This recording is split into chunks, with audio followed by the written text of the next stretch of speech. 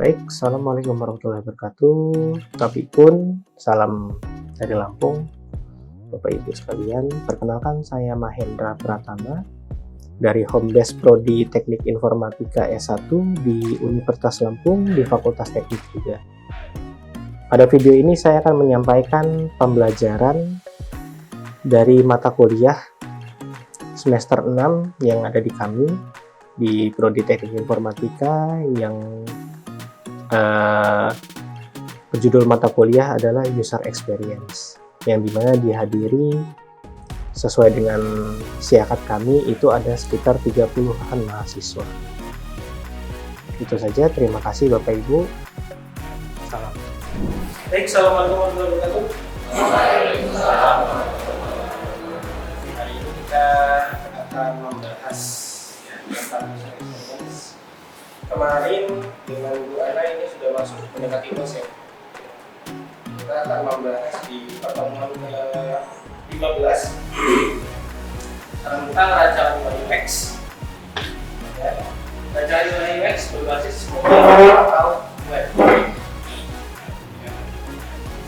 Dimana kita akan membahas itu sebelum luas.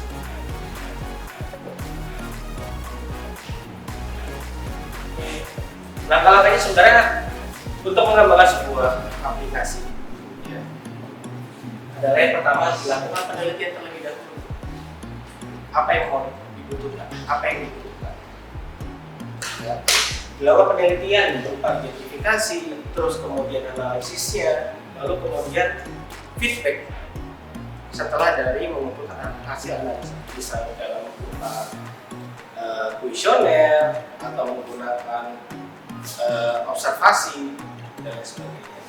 Lalu ada namanya perencanaan. Kita bisa menggunakan user persona, ya, user persona, user stories, wireframe.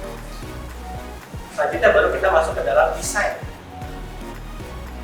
Dalam desain ada namanya wireframe atau prototyping. Lalu kemudian tahap keempat adalah pengujian. Kita dilakukan pengujian berkali-kali. Bisa menggunakan usability testing, A/B testing, dan banyaknya iterasi tergantung kita mau mendapatkan hasil yang seperti apa. Misalnya kita setelah melakukan testing menggunakan dengan menggunakan user experience questionnaire UX, ternyata hasilnya menjadi tidak optimal, tidak seperti yang kita harapkan. Makanya kita lakukan iterasi, lakukan redesign, kembali lagi ke tahap awal, desain awalnya. Atau kita mau mulai lagi di tahap penelitian lagi, kok hasilnya jauh, maka kita lakukan kembali ke tahap yang awal, tergantung. Setelah pengujian selesai, baru dilakukan pengembangan. Pengembangannya bagaimana? Dikirimlah hasil dari kalian sebagai UX expert, kirimkan ke tim pengembang.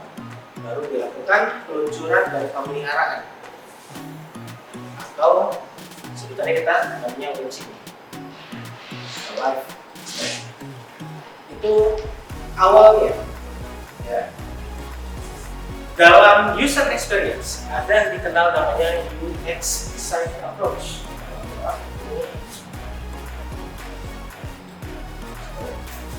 UX design approach ini adalah salah satu metode atau beberapa metode yang bisa kalian gunakan dalam pengembangan user experience.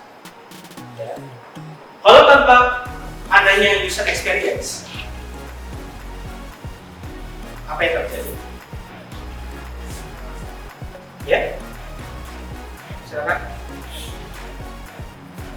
Kalau dari bagian ini, apa yang terjadi jika tidak ada namanya user experience?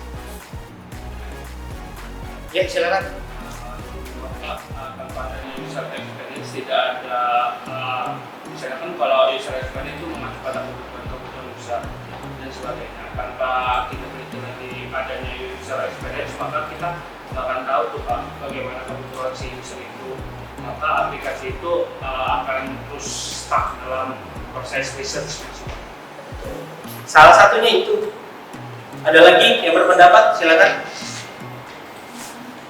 Salah satu komponennya adalah stuck di situ, Pak.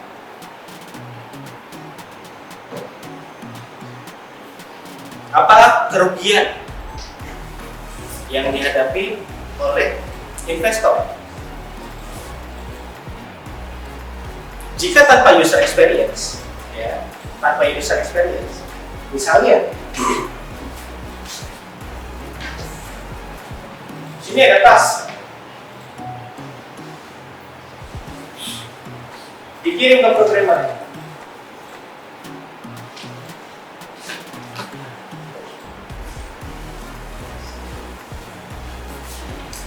Setelah itu launch.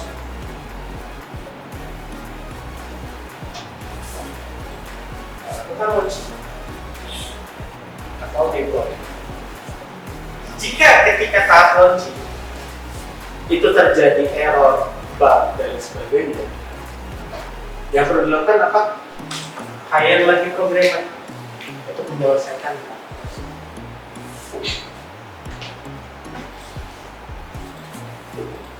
Kirim lagi, launching lagi. Ternyata jauh di luar harapan, sehingga kita perlu meng-hire programmer banyak-banyak. Tetapi jika kita dengan menggunakan user experience, pendekatannya, sebelum masuk ke tahap programming,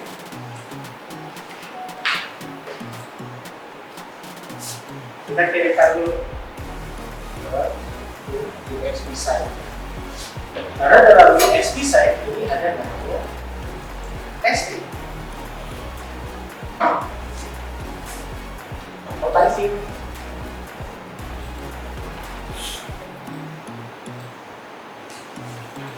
baru diteruskan ke programmer untuk dikembangkan aplikasinya. Sehingga cost yang tadinya digunakan untuk berulang kali melakukan fix bug, itu bisa selesai, terutama dalam tahap yang berhubungan dengan desain, tampilan dan kenyamanan. Bisa dilihat, klien butuh apa? Kita buat, kalian tes, masukin production. Ternyata menurut user tidak seperti itu. Akhirnya program kalian tidak bisa digunakan. Tetapi dengan UX, klien butuh apa? Diresume oleh tim UX designer atau UX expert. Terus tim UX juga melakukan testing. Baru kita lempar ke internal user. Kliennya bagaimana? Setuju atau tidak? Kalau setuju baru dikembangkan ke developer. Jadi ada tahap validasinya yang dimana itu bisa memangkas dari kerugian material atau uang untuk dalam tahap pengembangan.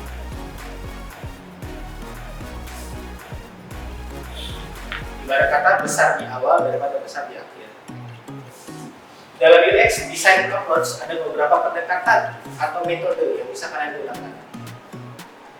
Jadi kalau kalian ingin membuat skripsi yang berkaitan dengan user experience, inilah beberapa metode yang bisa kalian gunakan. Bisa melakukan pendekatan 5 P's, UX Elements by Garrett. Terus kemudian ada juga UCD, User Centered Design. Ada juga HCD atau Human Centered Design. Lalu kemudian ada Design Thinking, Agile, Design Sprint, dan Lean UX. Ya. Metodenya terserah kalian, tergantung kebutuhan kalian mau gunakan atau tidak. Oke, kita akan membahas pertama adalah HCD atau Human Centered Design. Ada yang tahu apa itu Human Centered Design? Silakan.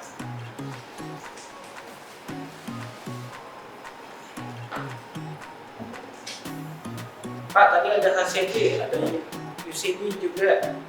Apa beda human sama user?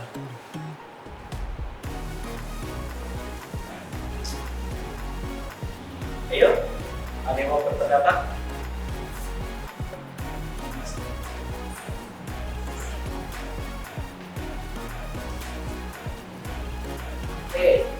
Dalam metodenya,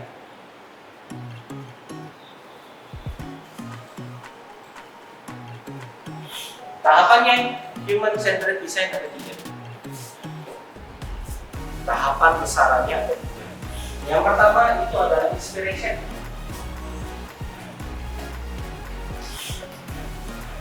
Choose a design challenge. Lalu kemudian tentukan research metodenya apa. Apa saja tahapannya. Itu adalah education. Lalu kemudian stakeholdernya siapa saja. Itu juga education. Termasuk analisis kebutuhannya juga. Apa yang dibutuhkan oleh user. Tetapi human centered design itu memikirkan juga lingkungannya, ergonomi sama juga. Contoh pengembangan siakadu. Dengan kita menggunakan human centered design, kita akan memikirkan masyarakat bagaimana jika mengakses. Bagaimana masyarakat tersebut ingin menggunakan aplikasi kita, apa saja kebutuhan. Apakah perlu disebarkan ke kita? Oke, sekarang kita ambil analisa. Menurut kalian,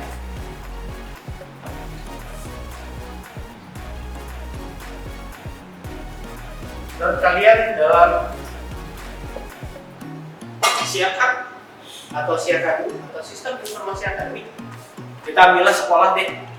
Kalau siakadu terlalu luas. Siakad untuk sekolah. Kira-kira apa saja stakeholder? Siapa? Ayo, angkat tangan. Ayo jawab. Ya, stakeholder itu bisa dari si mahasiswanya, bisa juga dosen, mahasiswa, dosen, kemudian sekolah. Oh, sekolah, bukan siakad. Oh, bukan siakad. Kuliah kampus sekolah. Oh, sekolah berarti stakeholdernya bisa si murid tersebut. Kemudian guru. Kemudian admin dari si pengelola sistem tersebut bisa juga masuk. Admin pengelola.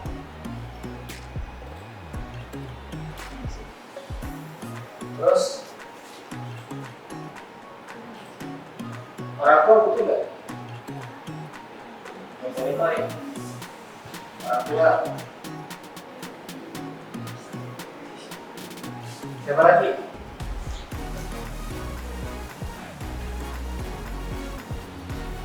PU sekolah perlu nggak? Perlu Pak.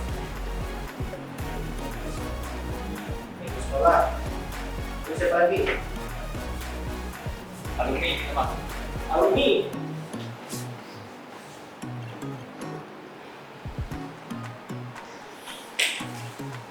Cukup? Itulah kita menentukan stakeholder. Siapa saja orang-orangnya. Sekarang kita lihat melalui pendekatan human centered design. Ya. Murid itu bisa ngapain aja?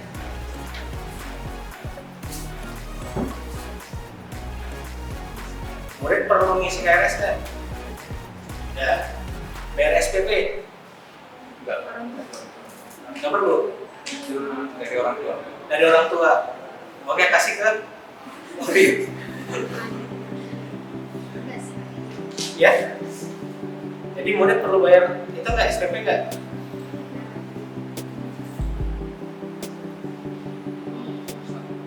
Berarti pembayaran SPP bisa dua-duanya antara murid dengan orang tua. SPP. Di mana SPP tersebut akan masuk juga ke dalam daftar LPP.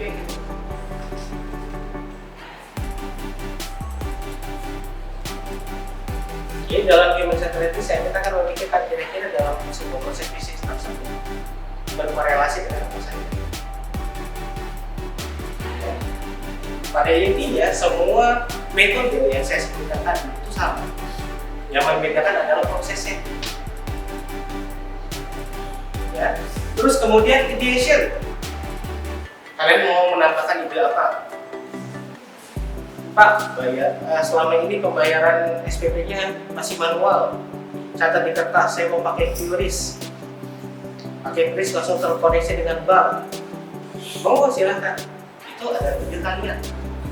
Jadi di tahap ideation, sampaikan apa saja ide kalian, inovasi apa saja yang mau kalian buat dalam sistem informasi akademik di sekolah tersebut sebagai contoh.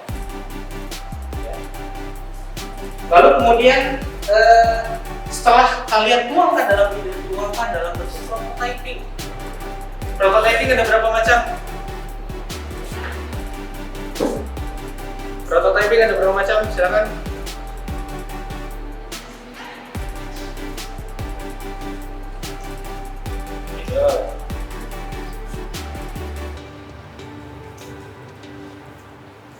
Ada 2 macam. Apa aja itu? High fidelity, low fidelity. Buat dulu saja low fidelity dari kertas. Buat dari kertas. Atau Pak, saya biasa pakai pensil. Monggo silahkan. Karena ada pensil. Monggo silahkan. Pak, kalau pakai Victor bagaimana? Silakan. Bahkan ada yang membuat low fidelity-nya dengan menggunakan Photoshop ataupun Corel. Asalkan bisa merepresentasikan ide kalian dan dituangkan ide tersebut ke dalam sebuah desain. Itulah ideation. Lalu kemudian setelah melakukan desain, apa yang perlu dilakukan? Testing. Lempar ke user. Bisa menggunakan, kalau kalian ingin mengecek fungsionalitas, pakai SOS. Pengen ngecek tampilan desainnya, pakai user experience questionnaire, UX, dan lain sebagainya. Kalau kalian punya banyak testing, banyak desain yang kalian buat, bisa menggunakan between subject atau in between subject, atau kita menggunakan A/B testing.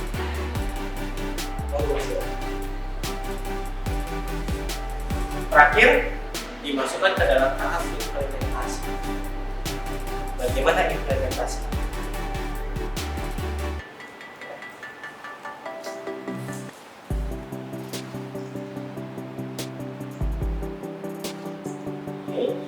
Penjelasannya, pada tahap inspiration phase, desainer mempelajari secara langsung mengenai masalah yang dihadapi dengan memposisikan diri sebagai pengguna.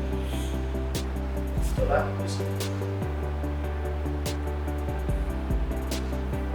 prinsipnya adalah yang pertama berfokus pada orang yang menjalankan. Itulah prinsip desain. Yang kedua mencari masalah yang sebenarnya. Karena kalau misalnya tidak ada masalah, tidak akan jadi sebuah aplikasi.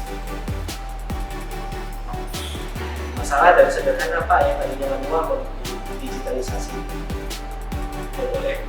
Tidak masalah sebuah sederhana. Lalu semua bagian adalah bagian dari sistem. Jangan fokus pada satu bagian journey user, ya, atau perjalanan user. Selalu pikirkan gambaran besar apa yang ingin dicapai. Makanya mahasiswa bimbingan saya selalu bilang, ketika kalian membuat aplikasi, bayangkan aplikasi kalian di jalannya 5 tahun sampai 5 tahun. Karena kalau kalian hanya berpikiran, Pak, aplikasi saya sampai segini, ya enggak. Selalu pikirkan aplikasi kalian akan digunakan 5 tahun sampai 5 tahun. Kenapa? Karena tahap ideation akan selalu berkembang. Mau ada menambahkan validasi, kan kalau skripsi memang hanya dibatasi, kan ada batasan masalah. Tapi ide itu jangan dibatasi, bisa kalian masukkan dalam syarat yang tidak selesai.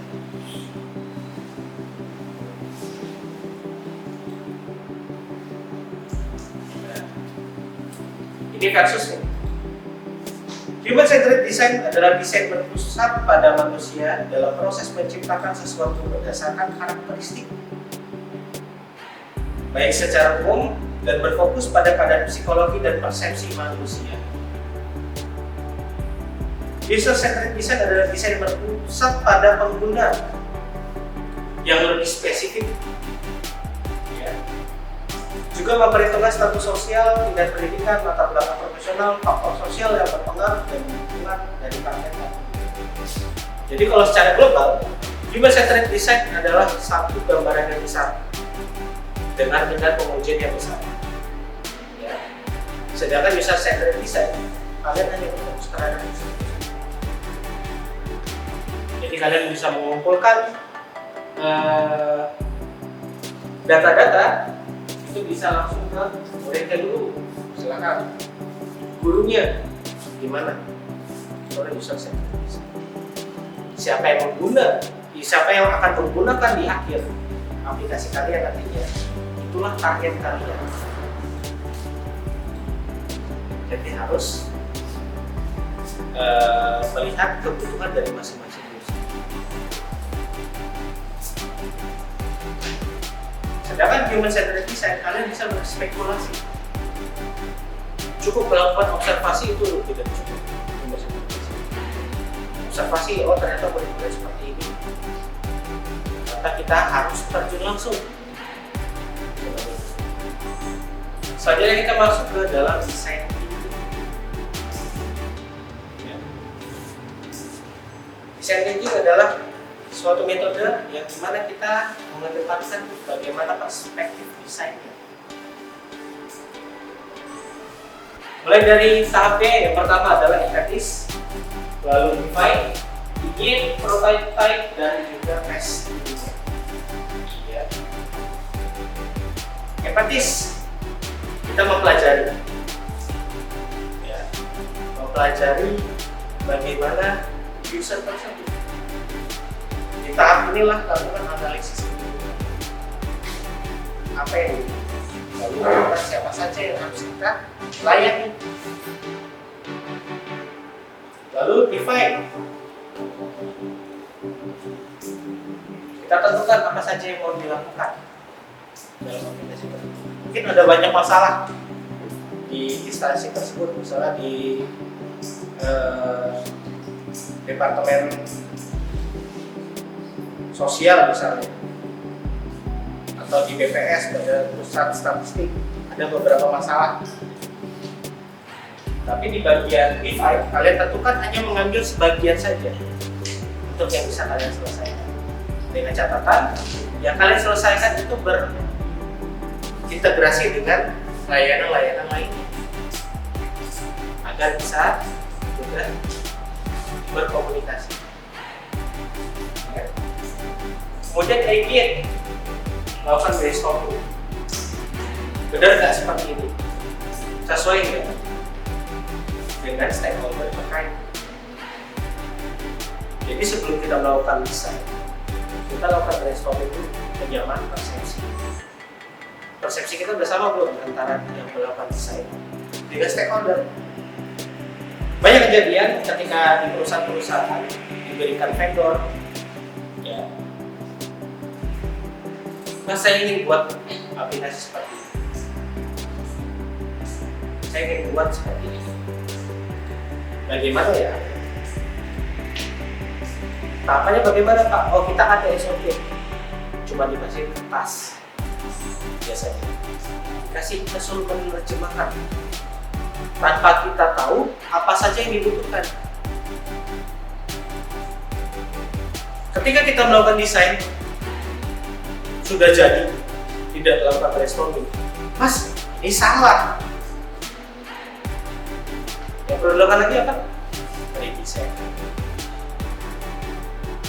Jadi kita brainstorming itu dipatenkan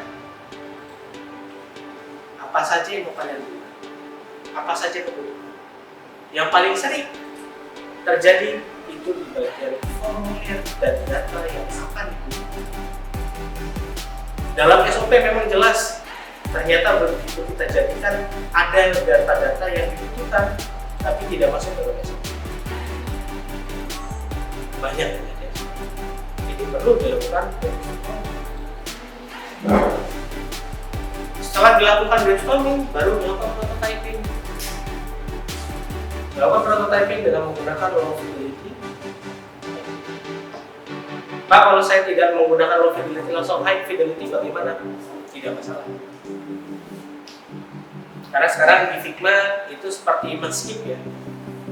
Kalian ingin buat apa langsung bikin saja di Figma. Boleh menggunakan Figma, boleh menggunakan Adobe XD dan tools-tools lainnya. Ketika sudah jadi dilakukan tes.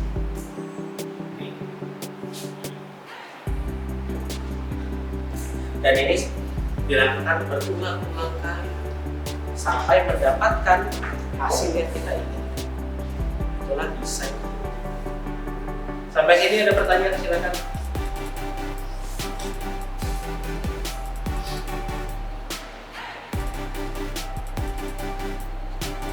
Oke, kita langsung workshop saja. Kita lakukan desain ini.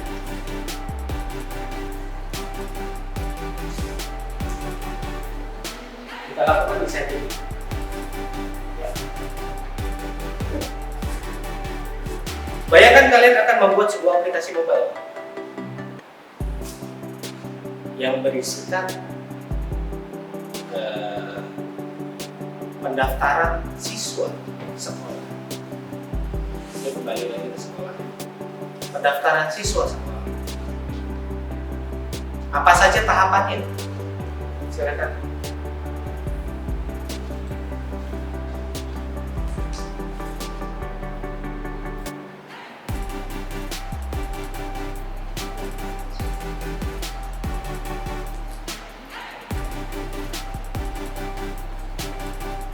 Ya, silakan. Ya. Untuk pendaftaran itu ada data diri, yaitu ada nama lengkap,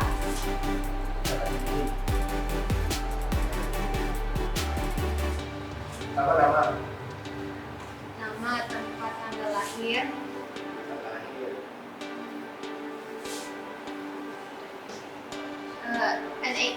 NISN, Ini ya.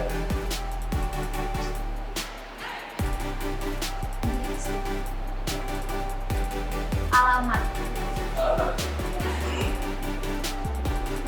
Sekarang kita akan kategorikan sekolah apa dulu yang mau kita buat. Pendaftaran sekolah SMA kah? SMA, IPAL, dan seterusnya. SMP kah? Sekolah menengah? Ataukah sekolah dasar?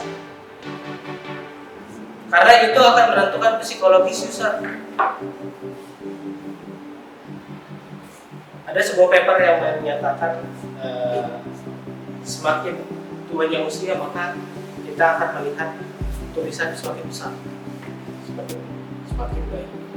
Jadi ada peneliti di salah satu jurnal, ya. Dia melakukan penelitian untuk lansia, pembuatan aplikasi mobile untuk lansia, sehingga ditemukanlah berapa pixel, ukuran teksnya, wafernya bagaimana, bahkan tidak boleh bersanding, tapi dibuat berbaris. Jadi satu tampilan mobile itu ada satu tombol, bawahnya satu tombol. Kita kan biasa kan ini dibuat next, back, tujuh. Jadi psikologisnya adalah untuk di sekarang itu biasanya SD sudah mengenal dengan namanya gadget. Kita buat rencana aplikasi mobile berdasarkan kebutuhan.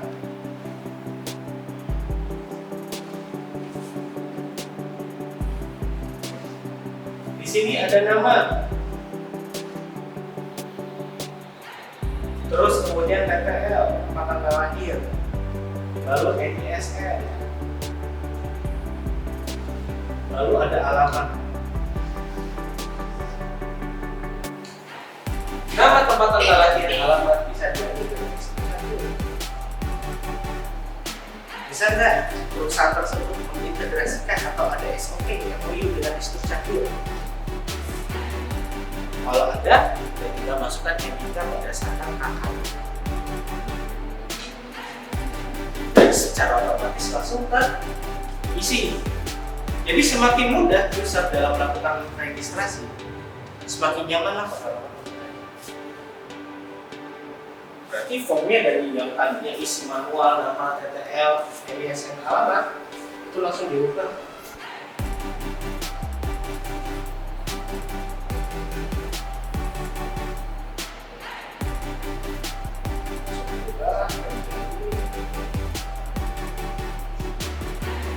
Masukkan NIK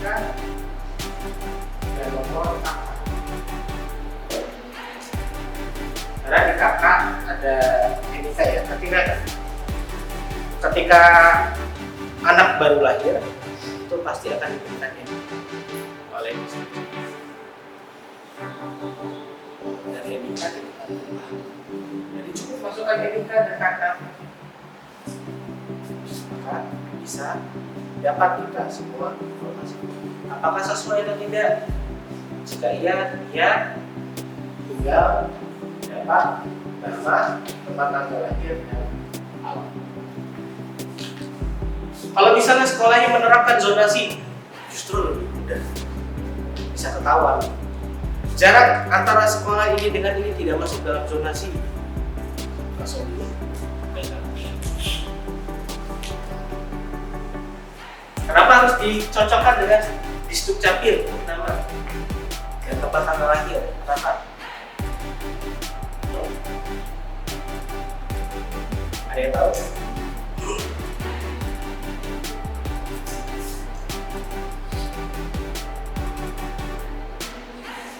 Karena nama di ijazah tidak boleh. Jika kalian ingin melakukan studi lanjut, ya, antara nama yang di ijazah dengan nama di KTP berbeda, satu huruf saja itu tidak bisa dilakukan. Dan di tahun 2019 juga Presiden menyanangkan satu data. Jadi kalau bisa kita memanfaatkan data-data yang sudah ada,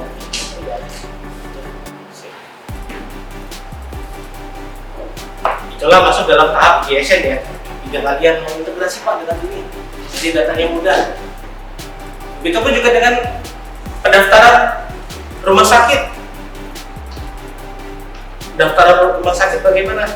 Saat ini kita daftar ribet Pak, lama, banyak form yang harus diisi.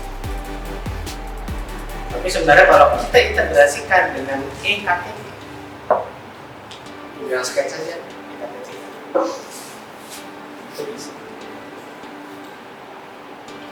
Tinggal bagaimana kalian akan membuat ide tersebut menjadi sebuah desain dan dikembangkan menjadi satu kesatuan itu dalam bentuk aplikasi. Dan jangan pernah sekalipun membatasi ide kalian dengan namanya waktu, dengan namanya kapabilitas. Karena kapabilitas bisa ditambah. Pak, saya cuma bisa sampai sini. Ya, kebakaran. Karena namanya ide itu bisa selalu mengalir terus. Itu saja ada pertanyaan. Ada pertanyaan terkait design thinking dan human centered design?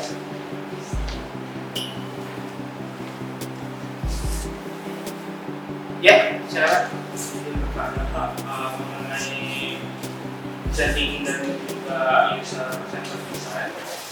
Misalnya kita ingin memasukkan user itu, contohnya aja seperti ini Pak, ada user khusus adalah orang yang memiliki penyakit TBC. Kemarin proyeknya itu dari kami itu susah untuk mengklasifikasi Pak.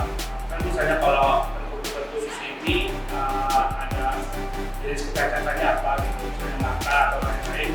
Terus untuk yang TBC ini kami susah untuk menemukan siapa sih Pak user yang sebenarnya gitu. Kayak dari aplikasi kami itu ada dokternya, ada rumah sakitnya, dan juga ada si penggunanya. Kami itu kesulitan dalam mencari user yang sebenarnya Pak. Metode kami yang gunakan itu kayak mensebarkan kuesioner dan juga masuk ke dalam grup-grup yang ada, misalnya dalam tanda kutip itu pengguna yang sudah mengalami TBC tersebut. Kami kesulitan di dalam itu. Mungkin ada bagaimana sih Pak kayak kita memklasifikasi user itu dengan tepat gitu, biar proses perjalanan aplikasi itu benar. Oke. Yang pertama terkait kualifikasi, ya. Kualifikasi dan kemampuan user. Kalau kita ingin membuat sebuah aplikasi yang berkebutuhan khusus, kita membutuhkan alat bantuan. Bukan hanya software, tetapi hardware. Tapi apakah bisa experience export adalah yang hanya di bagian software? Tidak. Tidak. Tetapi itu untuk semua produk. Untuk semua produk. Produk apapun. Software, hardware, saus, bahkan bungkus makanan. Itu demikian. Nah, untuk klasifikasinya, yang pertama kita ingin melihat yang mendiagnosa. Itu bisa saja langsung selesai. Tetapi biasanya pasien itu dilindungi datanya. Oleh karena itu perlu namanya EPOI. Biasanya kayak misalnya ini ada, kalau di Unil ada kayak gini, ada head project. Itu dari pihak kedokteran penilai itu berkomunikasi langsung. Dokter yang mendiagnosa, misalnya penyakit dalam, ya, untuk TBC, penyakit dalam. Atau untuk TBC itu bisa dilakukan beberapa metode. Kalau untuk anak kecil bisa dilakukan bentuk tes. Dia disuntik bagian kulitnya, lihat dalam 3 hari, ya, dalam 3 hari ada reaksi nggak, ada belenggu nggak. Kalau ada belenggu lebih dari 10 mili, itu berarti positif.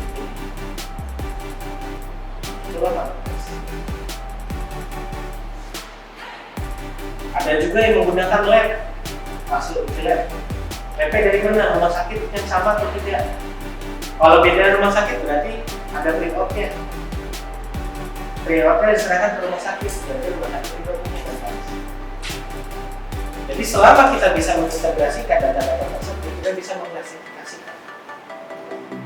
Bisa melakukan kuesioner. Misalnya MOU dengan dokter, ya, ada kerjasama dengan dokternya kan? Cuma kayak sebagai stakeholder gitu atau apa? Iya. Jadi dari situlah. Sebagai contoh, saya juga membuat sebuah aplikasi waktu itu di tahun 2013. Itu membuat aplikasi golongan darah. Kita nggak bisa melakukan kualifikasi. Ini golongan apa? Jadi pengisiannya ketika yang bersangkutan bersedia melakukan donor. Jadi kayak di Unil itu langsung membuka sistem donor darahnya, mendatakan, lalu dapatlah golongan darah, resus berapa, terus kemudian terakhir donor darah apa itu terdata.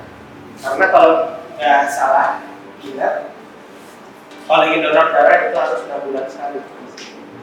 Nggak boleh hari donor di pakai donor. Oke, saya cukup waktunya. Wabillahi taufiq wal hidayah. Assalamualaikum.